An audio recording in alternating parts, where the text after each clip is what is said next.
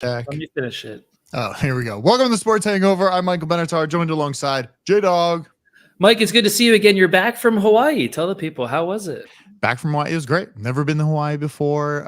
You know how everybody says it's like so close to LA? It was like 5.5 hour flight. It's not that close. I was expecting a very, very fast flight. It was not fast, but it is close. And I feel bad for people that travel from the East Coast. So many New Yorkers in Hawaii, they traveled 12 plus hours to get there because there's no direct flight from New York to Hawaii. Yeah. So what are the tips on visiting Hawaii? Is your first time? I've never been before. Give us the quick rundown before we dive into our NFL picks. I was in a resort that was we were on Kauai. So it was an island, the Garden Island. So there's no lights, there's nothing. So at night you can see the stars, you go hiking. Not a lot to do. That's it. Like swim, hike, eat. That's it. That's plenty to do. I could live the rest of my life doing those three things. It was very nice, very relaxing, great. I never went before, so I'm curious to check out the other islands. So, well, hopefully it's a yearly trip for you and the missus. We're excited about you guys, and we're excited, Mike, about our NFL picks because you go away for a week, and clearly it cleansed your betting mind because we combined to go 9-1 this week. I mean, round of applause for us, the betting expert. Good job. It took us 14 weeks, but we made it. I was worried because our friend Ty told him, look, if you ever go 5-0, I'll give you your money back. And he almost went 5-0, and I was really, really worried because I did not want him to go 5-0 at all. So I'm glad he didn't go 5-0 in his picks. And it's a tough game. I think everybody did really well this week overall, right? Like you look at the list and the lineup, everybody had pretty good picks. The favorites kept cooking. Vegas kept losing money. A lot of easy games this week, like the Niners. Once Geno Smith was out, you knew what was going to happen there. The Bengals, I thought they would always win that game against the Colts coming off a big. I didn't think they were going to win that game. That game I was a little worried about. I wasn't worried about that one. The Cowboys, again, a team that's looked so good recently, they just keep rolling. Tonight, Monday Night Football, we're expecting the Packers and the Dolphins to continue rolling. And so it's like, that's the story so far. Will it change in the last few weeks? I don't know, but I'm happy to be 4-1. Jeremy, I feel like so much happened while I was gone. So I don't know where you want to start, but I think the first thing that happened was the Lakers won the in-season tournament, which personally I could care less about, but it seemed like they were really trying to hype it up everywhere. The news, everything like that. Didn't even know the finals were happening. Do you care, Jeremy? Do you care that they won the in-season championship? Then they're going to hang a banner in Crypto Center. Exactly. Mike, you're in LA. You should appreciate this with the Lakers winning it as you're here. I was out at a Steelers bar on Thursday night with mutual friend. We're literally at a Steelers bar, and they turned the Steelers game off. It was so bad to put the in-season tournament game on all the TVs at the bar. This happened in the first half before we hit halftime of the Steelers-Patriots game. So that gives you a pulse of the Steeler fan. But LA people do care about it. I saw the players all get $500,000. So like even the bench players who don't play get $500,000. So nice payday for them. I know LeBron took it very seriously. He was on the first bus to the arena. All the NBA insiders were making a big deal about that because he's old and he's got to be in his cryo chamber all day. But he came out early to play basketball. My only takeaway, Mike, from this in-season tournament is the courts. And I don't know if they're good or bad, but sure enough, when you're at a bar and you see the colored courts on the screen, they jump out at you and it's a talking point. So I guess the NBA did well with that one. They do. And I understand the idea behind in season, right? They're going to be able to promote it. They're going to be able to make more money, get more TV deals. As a casual, I mean, ultra casual basketball fan, beyond ultra, like so casual, you can't even see that I'm a basketball fan, is that I was confused. Are they still playing regular season games? Are they still or only doing in-season tournament? I was confused at the schedule. I was confused at literally every step, and everybody's trying to hype it up. And I felt like I was the only one that's like, why don't I get it? Why does everybody else seem to get it except for me? And I felt like, yeah, if it was the playoffs, I'd watch, but this literally does not mean anything. Correct? Or am I wrong? It means nothing that except the in-season tournament. No, the games count for regular season games, but you can't win an NBA Finals championship in December. Honestly, the reason you're so confused is because all of this is happening in December, a month where we don't watch basketball. We turn on basketball on Christmas Day, but this year there's 3 NFL games on Christmas Day, so we turn basketball on after MLK Day. That is the new line now that the NFL is taking over Christmas Day. We're mid-January. We'll come in. Playoffs are in April. We're out by June. That's a great NBA season for us. And guess what the NBA in-season tournament did not do? It did not get us to watch basketball in November and December, because once the Steelers bar changed the TVs, I was out. If the Steelers fan isn't going to be in misery in front of my eyes anymore, then I have no part of being here. So I had to get out of there too, just like he did. In-season tournament doesn't matter at all. So I think we can move on from that. I'm glad.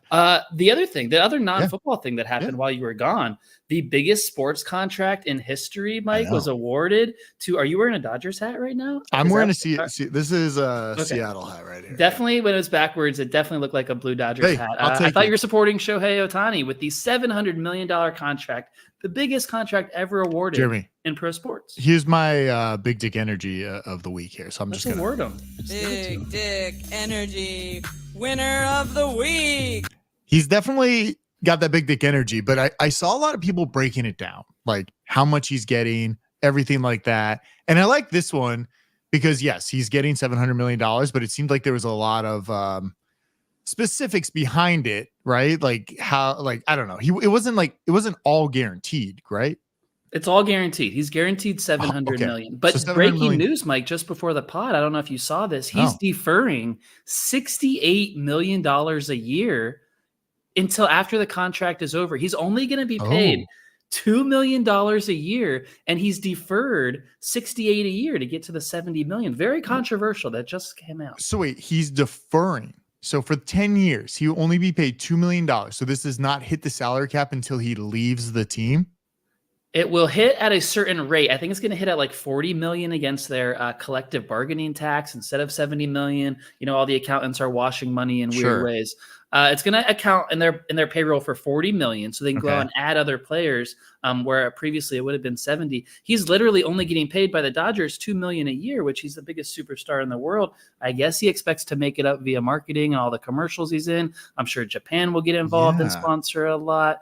Very scandalous, though, that he's deferring so much. He will literally be paid $68 million a year for 10 years after this contract is over, which is like, maybe the Dodgers will have a new owner by then. Are you like going to sell the team before this kicks in and be like, Ohtani's your problem? The franchise is worth so much more because we just won with them. It was weird too, because I was looking at this article that came out, and it was basically like he signed $700 million, and here's how much he'll actually get. He's in California, and his salary, which was going to be $70 million, $25 million would go to federal tax, $4.65 million California, 2.1 agent fee, $2 million jock tax, and 1.6 FICA Medicare, with his net income at $33 million after being in California, getting taxed. So less than half is kind of the rule there, because it's a $70 million a year. Now, some people are even speculating, what if Shohei plays his 10 years with the Dodgers? He leaves the state of California, and now he collects $68 million coming in per year. He's not paying California taxes. Gavin Newsom's going to write a Shohei bill into the next legislation before it's all said and done, because the state of California like wins on this contract, right? They win by getting all this money from an LA team, and now it's like the money is deferred, so the state might not get it. How much was he paid when he played in Anaheim? Which, what a great move for him. He could probably keep the same house he had in OC somewhere. Well, they say it's in Newport. I mean, that's a commute, right? To Chavez Ravine. You know the traffic around Chavez Ravine. Yeah, I'm close and I can barely get in. Well, it's gonna get worse for Shohei days. The other thing that's gonna be terrible for us Dodger fans that live here in LA is the price of everything. Oh my God. For them to be able to afford this, I'm so worried about the ticket prices, Mike. You know, the beer prices are already $18. You know, those Dodger dogs, which aren't even that good, are like $14. Terrible. What are the prices going to be? I think we might be looking at $30 beer prices this season. Jeremy, it's already bad when you go there and you get like a beer and a water, and it's like $35, $40. And it's like, oh, can I have like a hot dog? It's like, yeah, it's 25. It's everything's and so it's a different expensive. line. Too. Yeah, can't go in the same line for beer and food. It's pretty bad. And I would go more. And they're also building that gondola out here supposedly for more people to get funneled into Dodgers. They're just trying to pump as much money as possible. Maybe they saw it coming. It's the Shohei gondola, which I'm excited to take at some point to see his one of his games. So listen to this. He beat Patrick Mahomes, who's paid somewhere around $450 million on his contract. Messi reportedly in the $600 million range. Shohei beats that. And then Jon Rahm, who just went to Live Golf, another scandal we can talk about if you want. Yeah. He just got $500 million, maybe $550 million. Shohei beat them all. I can't imagine you expected a baseball player to be paid more than any other athlete in the world. Jeremy, I mean, I would say if I was going to throw out any predictions, which by the way, our Sports Radama show is coming in like 2 weeks from now. It is, yeah. If I was going to say something, I would say this might be the biggest and last big MLB contract because there's no goddamn way they're going to be making enough money from all this. No one is watching baseball. There's too many. Look at even basketball, which has 82 games, is like forcing in-season tournaments to us to watch the games. If they have to do it, baseball better be thinking of something to do because there's no goddamn way that this is going to be. There's no one else is going to get paid that much. At least I don't think so. He does play two positions. He is Babe Ruth. Wow. He pitches and he hits. That's not really happening other places. I guess in the NBA they play offense and defense, but clearly he's a difference maker. Solve that one real quick. In the NFL, we're not seeing much of that. I guess the kid from Colorado, right? That kid was playing corner and receiver, so maybe he'll get that kind of deal. So they say like Shohei's getting paid like a hitter and a pitcher, so you combine the two, $40 million for the hitter, $30 million for the pitcher. That's how you get to 70. Okay. Anyway, it is shocking. I know. Hopefully you watch a little more Dodgers this year. But fun fact, before we finish this topic, neither one of us can watch Shohei, even though we both pay for YouTube TV. The Dodgers are not available in LA on YouTube TV. So that's one more way that MLB is screwing us. Where are they available? You must have cable and you must pay for their regional sports network. Are you serious? To watch Dodgers games in LA. Mike, I'll take it a step further. I didn't know we were going down this road. Yeah, let's go. I also pay for MLB TV, which is over $100 a year on top of my YouTube TV, and I still can't watch the Dodgers in Los Angeles via either way. You have to have physical cable coming into your house from Spectrum Sportsnet. Spectrum still exists. God bless the cable companies that go out of business, but we can't even watch Shohei. So we'll end on that. They're making so much money, but none of it's from us. Jeremy, I did want to finish before our next big dick energy here because I had one more and it was personal to me. And you've been there too, but I don't know if you saw the news, but Soho House is officially locking down new members to come into Soho House. And this was big. Soho House, I go to Soho House. I didn't see this one in the rundown. Wow. No new members in Los Angeles, New York, and London.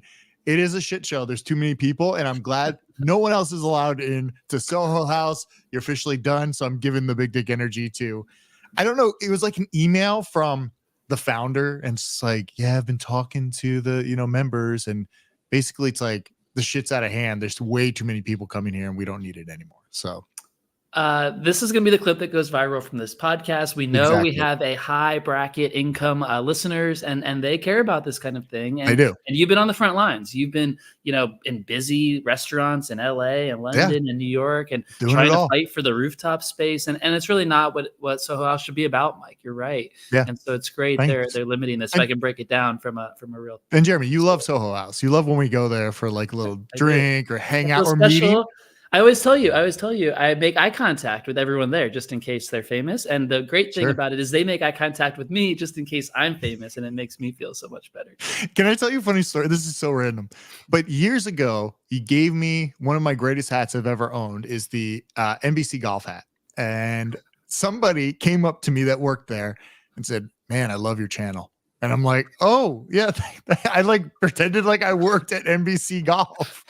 And they were very excited that I'm like, yeah. Just carried on with the day and loved the hat. So it looked like I was a legit NBC Golf guy. So I love that you went with it. My dad has several shirts with that same logo. And every time he goes out to eat, my mom makes a comment to me how embarrassed she is because the waiter always comments about it. And my dad goes, "Yep, I run the place. I'm the boss of that place. Thanks a lot." He says it every time, like an old dad joke. But clearly you're both in the same bucket, taking advantage of my career. The one more big dick energy I thought we could give away was Jon Rahm. I mentioned a second ago. You got to be stoked about this. You've been rooting for the downfall of the PGA. You've been a big Liv guy. And now they got the biggest golfer physically, the fattest one. Jon Rahm is now a Liv golfer. Biggest. Okay. That's pretty fat. So tell me the deal. Because I saw it. People were mad. And it's like, first of all, explain what is happening with the PGA and Liv. I thought they were merging. I thought it was one. And why are people pissed he's getting money? That's a different podcast. That's above my pay grade right now. It's the lawyers are handling this. We can bring in the lawyer friend.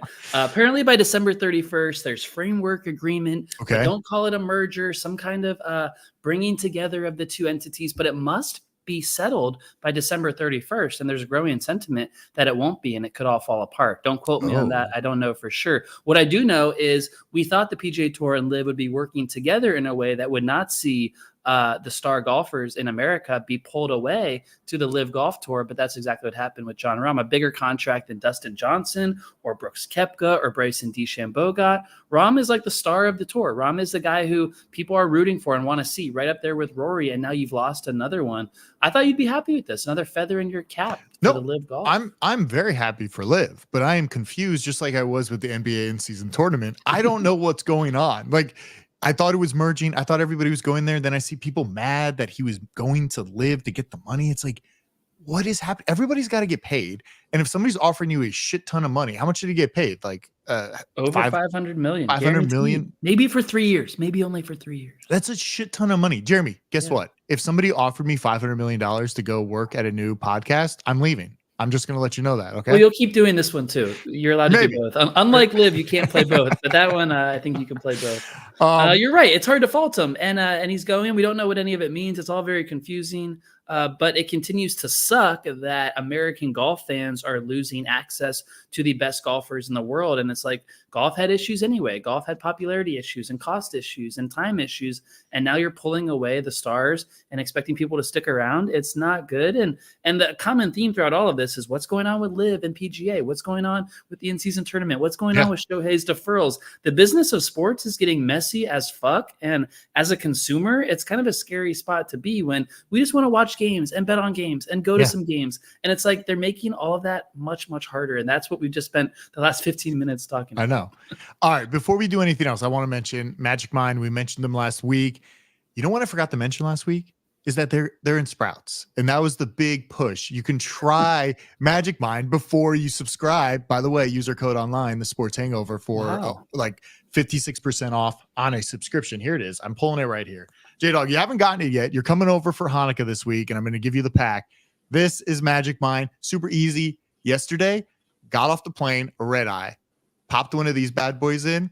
Saved me for a little bit. I watched the first morning games with this energy. Rest of the day, I was exhausted, but it did help me get a little boost of energy to stay awake because red eye from Hawaii, not comfortable. I didn't think you were going to watch any NFL yesterday off the red eye. So the fact that you got through the whole window, you saw Rams Ravens finish up with overtime. That's how you know Magic Mind was working. Because you were telling me about that game. You stayed up past the 1:30 hour here in California. It was tough. So I know it worked well for you. I didn't know it was at Sprouts, but that's huge because now you can sample it before you subscribe, and it's easy for anyone around town to pick up. Sprouts is in so many states now; they're growing a lot too. So I love Sprouts. Shout out Magic Mind. I can't wait to try it. I can't wait. So also, once you do try it, use our code, get the 56% off Sports Hangover. All right. What do you got, J-Dog? What do you got for me? What else you got? How about a little BS or believe? All right, let's do some. Here we go. Hold on. Bullshit or believe time. Got it. Bullshit or believe time. Bullshit or believe. All right, a few stories. I know you were sleeping in the late afternoon window yesterday. Travis Kelce made one of the best plays in NFL history, but it didn't count because Kadarius Toney was offsides. I'm sure you've seen this throughout the day. If you missed it, I don't know what you were doing during the game, but Travis Kelce running toward the end zone, about to be tackled, throws a perfect pass, the most perfect spiral, like in motion as he's running down the field to Kadarius Toney, who for some reason is ready for it and is also so fast, and he sprints into the end zone, game-winning touchdown, huge game for the Chiefs, and then it's called back for offsides. Very scandalous. Bullshit or believe, Mike? Bullshit or believe? The play should have been stood for a touchdown, and they should have never called offsides. I saw the video of him offsides. I couldn't really tell from the angle that I was shown. It looked like maybe just his toe was just a little bit over, which I was going to say like that's okay. But if they were calling it throughout the game, I think then the call should have stood. But I think it was such a magical play. They should have let it happen. Like this is not the problem is right now in the NFL is that it is low scoring, right? And we're getting flags. Like I watched the Seattle game. There were flags all the time. Seattle's like the most penalized team in the league. And it's costing teams points. It's costing teams just the flow of the game. We got to cut down on penalties. I don't know. Do you remember that one year where we brought in like backup refs because something was I don't know what it was. Was it during COVID? We had like backup refs in? Maybe, yeah. And it was miserable. It was like delay of game. Do this, do that. It's like, listen, we get that there are rules, but not all rules need to be super, super enforced. And now there's a lot of weird ones. I feel like I've seen it a few times. It's like illegal man out like running the downfield or something. And it's like, come on, guys. Like, was it really affecting the play? Like, he's not receiving the ball. He just got out of place. Like, it's like a center that's just like lost, like holding somebody. I don't know. They got to stop the penalties. I think it's way too much and it's hurting the game. Because if this was happening in the Super Bowl, it would be nonstop. And it's already nonstop coverage because really just how Mahomes acted. Right, he was like yelling, like holding Josh Allen. It's like, oh, yeah. So instead of saying like congrats to Josh Allen, he's like bitching at Josh Allen about the refs. One thing I don't think any NFL player cares about is a player on the other team bitching about the refs to him, because they all go through it. They're the brotherhood who sees it every week themselves. So I thought Mahomes was a poor sport. The idea that the play should stand because it was a really cool play, even though he was actually offsides, that's pretty murky. And if we're talking about the NFL having an officiating problem, we should talk about how that would also be a problem if you only called it unless there's a spectacular play. So the fact that he was actually offside is a problem. And I think I'm saying bullshit. It should not have been a touchdown. I think the refs made the right call. Does the NFL have an officiating problem? Absolutely. Were they calling it all game? No. Did Dan Orlovsky show a bunch of plays throughout the game where he lined up exactly the same way and they didn't call it? No. Is that a problem? Yes. But to say that they shouldn't have called it because it was such a great play, I don't believe it. He should just do his job. And someone made the point the Chiefs receivers have not been doing their job. The receivers have been terrible this whole season. So, yes, it was a great play, bad call by the refs. And we'll see. I mean, it's not like KC's not going to the playoffs. And I think they're just Well, they are. But here's something that's not fine. You're going to love this stat. Okay. Patrick Mahomes has never played a road playoff game. Whoa. He's never even played in one. He doesn't have a win on the road in the playoffs. Of course, he's won Super Bowls at neutral sites, never on the road. And one thing the Chiefs are doing this year is they're going on the road. Will it be in Miami? That would be amazing. Will it be in Baltimore? Could it be in Jacksonville? Probably not. So it's probably going to be Baltimore or Miami. And I don't know if Mahomes and those Chiefs receivers are ready for that. Maybe Cincinnati with that rookie playing out there. He's playing great. We called it 2 weeks ago. Big Jake Browning podcast. Yeah. We're a big Jake Browning podcast. Big guy. Yeah. A few more BS or believes. Yeah. This one on the Ravens, who I just mentioned. Lamar Jackson beat the Rams. He's pretty good. They won in overtime. Yeah. They're the number 1 seed right now in the AFC. But Lamar Jackson has only won 1 playoff game his entire career. BS or believe, he wins more than 1 playoff game this playoff. I'm going to say bullshit on it because I don't think he's going to win one. I think the problem is it's like they're really, really hanging in there. They were leading the game. They're playing the Rams. The Rams aren't that good.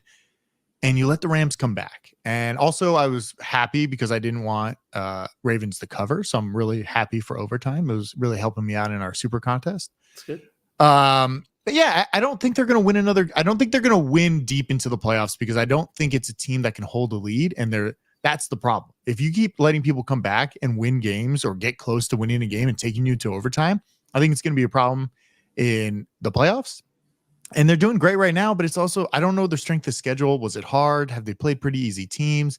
And you're kind of seeing that right now. Like Chicago might go on a run also and make the playoffs because there's a whole bunch of easy teams ahead of them with backup quarterbacks and all these backup quarterbacks. Oh, and this remind me of something else. I know I'm going way off topic here, but I wanted to bring up fantasy football. And I wanted to say this year, if you win fantasy football, I think you put an asterisk by your name because of all the injuries. I don't think it counts as a real win. I think of the injuries that have been caused. There's injuries every year, Mike. Everyone who's ever won a championship dodged injuries or figured it out. Do you not think it's been more? I need to go back. I'm going to pull the data next week when we have a show. There has to be more top 10 players that have gone out this year than any other year. And like teams have just been decimated, right? Like running backs, quarterbacks, so many people. I think you put an asterisk by your team this year. I don't think you deserve it if you win. And if I win, I'm putting an asterisk. I'm saying, well, this is the season that all the players got hurt. And I had a few people that didn't get hurt this season. You just hate fantasy, so you're happy to put an asterisk next to it anyway. I think this is bullshit that you're calling attention to this. I think it's bullshit that you're minimizing your own number 1 seed and your own bye in the fantasy football playoffs that we're in. I'll give you this. There are a ton of quarterback injuries this year. We saw a bunch more yesterday, even though Trevor Lawrence wasn't one. He gutted it out. Good for him. Yeah. But it's just been ugly at the quarterback position. And so if you say quarterbacks only, yes. And does that affect fantasy? Yes. Otherwise, some of these running backs get a handcuff, get a backup. monitor the waiver wire, figure it out like everyone else is doing. I'm not putting asterisks by any championships. If we got through COVID and on games were being played on Wednesdays and weeks weren't done till like Thursdays and the standings and there's another game, if we're not putting asterisks there, then we shouldn't put it through an injury-riddled 2023. Okay, that's you want to put asterisks by the bubble games, and I feel like those are pretty tough games.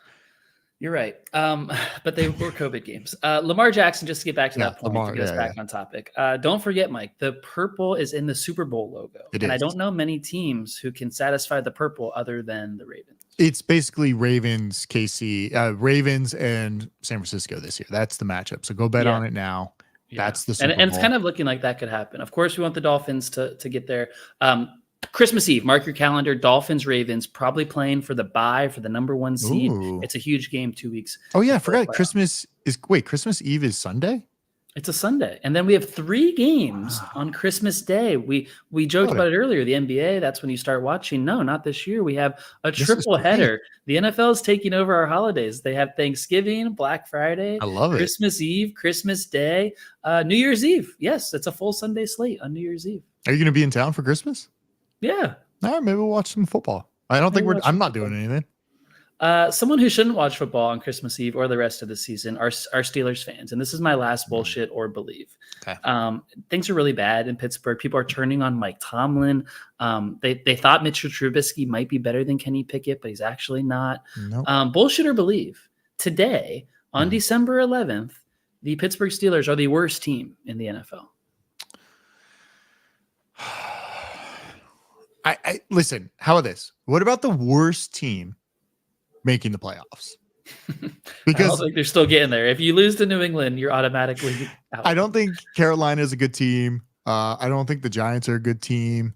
Those are probably the top 2 right there. Maybe Arizona is creeping up to a better team, but yes, Pittsburgh is a bad team, but they got enough wins. They're terrible. They're so bad. Joe Flacco, I saw a stat. Joe Flacco, he's 1 touchdown away from hitting Kenny Pickett's record for this season, of course, or whatever, matching the same amount of touchdowns as in 2 games. Joe Flacco looks great. He should have the big energy this week too. He looked amazing all weekend. Like, what happened to Joe Flacco? Was he just on his sofa a month ago? He was watching at his mom's house. Apparently, he would go to his mom's house on Sundays to get away from his 5 kids.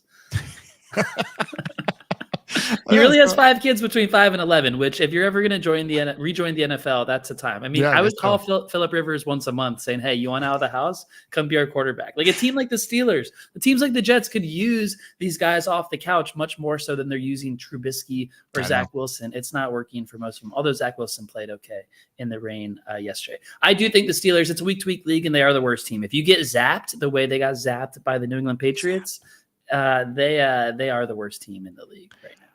Do you want to do some you want to hit the hotline? You want to see some comments from our week? You want to go there, or you got something else? I do.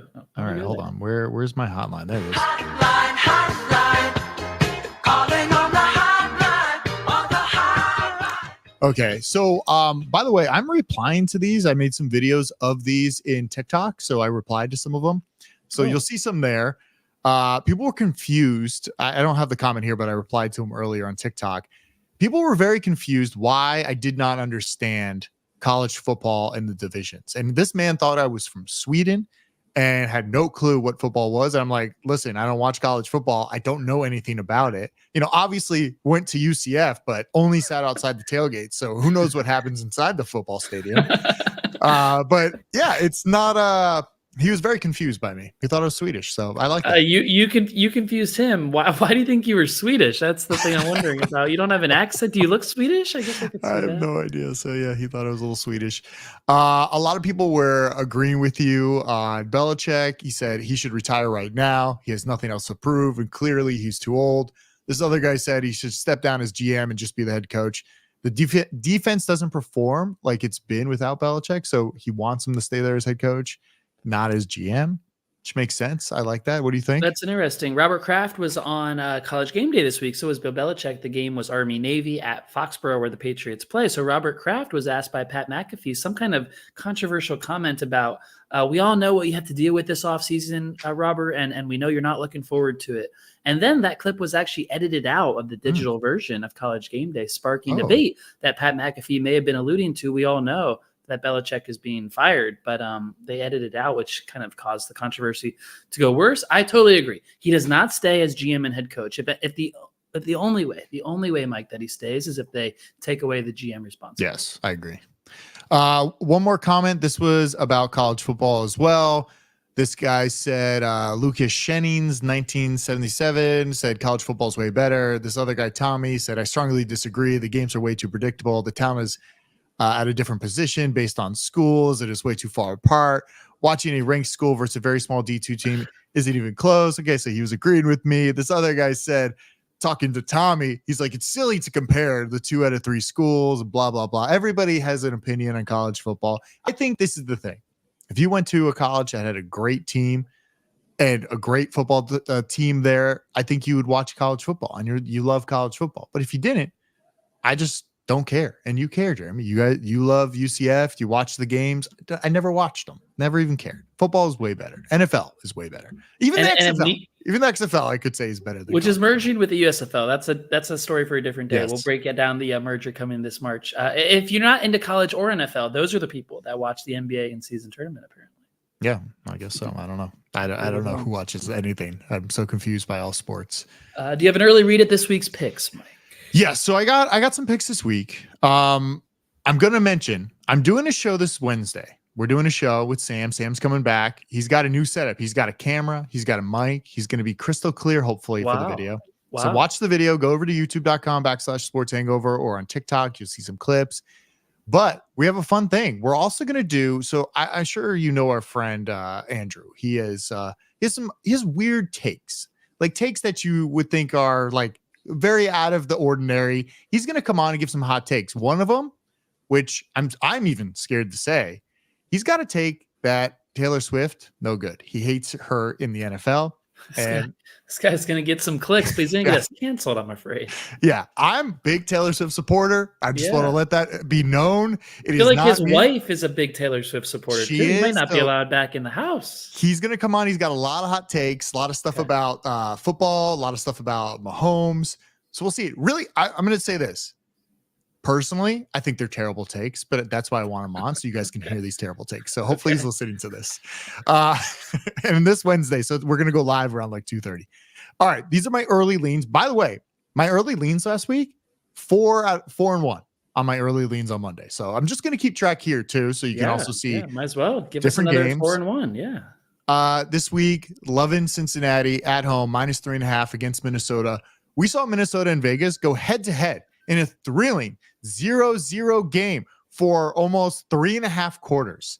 And then they finally scored a field goal, right? It was that was the end. It was 3-0 Minnesota against Vegas. That really happened. That was a real game that happened yesterday. Yes. Yeah. So I'm going with Cincinnati. I think that Browning guy looks pretty good. Everything's clicking. He seems very confident. He does. How long can he keep it going? Because the Vikings now get an upstart in Nick Mullins. Josh Dobbs was benched. I started him in fantasy. He had 4 points before he got benched. That wasn't the move. You've been fading him for like 2 months, so it finally happened in December. But Nick Mullins might give the Vikings a jolt, especially if Jefferson is back. I don't know if Nick Mullins is good. I know he's played in San Francisco a few years ago when there was like that Ferris wheel of quarterbacks coming in and out. We'll see. I mean, I like what's going on in Cincinnati. I think their team's playing pretty well, so we'll see if it continues. I don't know if Minnesota is that good, so we'll see how this pans out. They couldn't score any points for a very long time. That's true. My next early lean, I like Houston. I like Tennessee -1.5 at home playing Houston. This is only if CJ is out. I know he went in concussion protocol, I think. So what we've seen lately, he's not playing at least this week. If that's true, I'm leaning Tennessee here. It scares the hell out of me. I hate this division, and I hate Tennessee, especially to bet on them, because you don't know which one's going to show up. Is it the good team or the bad team? And it could be the bad team losing to a backup in Houston, which I don't even know who it is. So that scares me a lot. Most players have not been playing the week after they get concussed this year, unless your name is Derek Carr, who keeps getting concussed, keeps getting broken ribs, and keeps playing terribly for the Saints. So bad. If you're not Derek Carr, you normally miss a week. Stroud probably misses a week. The line moves. So good to get it now. At the same time, the Titans got blown out last night by my Miami Dolphins. They did not look good in that game. So I'm kind of surprised you're going right back on them. Well, I think playing with Tennessee here, it's like a weird game, right? And the line might shift. We might go a different way. If CJ has like a little hope of playing, maybe this goes to a plus for Tennessee. So we'll see where it goes. My next game, listen, Gino, hopefully coming back this week. We're not going to go through another Brock game, but Phillies at Seattle. Seattle's getting 4 points at home, and it's their home field advantage is one of the best. Philly has not been playing well. I'm going to keep fading Philly. Their luck is running out. And I think Seattle could actually win this game. Seattle plays pretty tough. I thought they were pretty good against San Francisco for a little while. Like they hang with San Francisco for a little bit, and then they kind of fall off. But I think Seattle. The Niners have been doing that in the first quarter. They let anyone hang around. The worst team in the league could hang around. That game 2 weeks ago, the Eagles were up early in the first quarter on Brock Purdy before he got it figured out. Seattle still. I think that line is based on Drew Lock right now. I feel like the line will move in the Seahawks' favor. If it's Gino, it could tighten up. Especially the Eagles have not looked good for 2 weeks in a row now. I thought it was maybe a stretch in their schedule. You knew they were the luckiest team, and it's shown more recently. Dallas actually looked good. We haven't talked about Dallas. Well, Dallas is not on the list this week, but Dallas is playing Buffalo, and Mike doesn't let Dallas in the rundown. I had it in earlier. He crossed it. Dallas. How about this? Dallas also not going to make it far in the playoffs. So if you just want to know that, I'm gonna follow up on that. All right, my next game, last game. I think this is a game, kind of a letdown spot for San Francisco here. San Francisco's playing Arizona. Arizona's getting 13.5 points at home. Kyler Murray's back. I think this is an easy cover for them. You know, they lose by 10 points. It's like 20-30, something like that. I don't see San Francisco going all out. I know this is a division game. I don't know if this division game actually matters at this point. I don't know if Seattle can catch up. I think maybe the Rams can catch up in division. I'm a big NFC West guy, so all my favorite teams are in the NFC West. So, I think this is just easy for Arizona here, the cover, hopefully. I think Kyler's looked good so far. They had a week off, rest his knee up a little bit. I think their offense does come out well. You're betting against the Niners, who are the best team in the NFL right now. They're like in a league of their own, you could say, in terms of talent. So it's hard to bet against them, but you've made money doing that before. That's all I got. I only have 4 early ones. I wanted to go through more, but I just I don't know yet. And there's 2 Monday night football games tonight, which is really weird. Both starting at the same time, right? Yeah, both have just gotten underway. Dolphins looked really good last night, by the way. This week, Mike, we have Justin Herbert on Thursday night. He's out, so I'd take the Raiders in that game. We have 3 Saturday games. One of them is the Steelers and the Colts, so I'd take the Colts. And that one, the Steelers are the worst team right now. Lions Broncos, somewhat watchable, primetime Saturday night. And then we're getting into a good stretch of the year with games on so many nights of the year, which I love. It's great. It's a great time of the year. We got to go to a bar on Wednesday night. We got to go get some Christmas vibes. It's a great time. Cold outside in LA. We'll go to a Christmas bar. We good. Okay. It's Hanukkah first, though. Happy Hanukkah. Yeah, Hanukkah first, and then we'll do that. All right, check out thesportstakeover.com. Tons of swag up there. Please, if you have any comments, if you you guys are idiots, go to YouTube, go to TikTok, go comment. We will bring it up on the show. We can discuss. Maybe if you want to stitch us, leave a little video comment. We'll play it on the show. I'm going to reply to all the comments now via video on Instagram or TikTok or wherever you do it, and you can see them there. And we'll try to play them on here. We're really trying to up the production here a little bit. I mean, it's already pretty good, but we'll do a little more. Mike, it's like you're offering free Cameo to these people. All they have to do is comment and you'll respond right to it. Did you see, what's his name? George Santos or whatever? That man's making so much money. He's made $500,000. He got the Lakers buy-in check for the in-season tournament just on Cameo recently. I love his cameos. I really want to make one for somebody. He's doing great ones. He's great. That's where he can make some money. He's disgraced, and those are the best people to have on Cameo, the most embarrassing ones. All right. Good show. See you.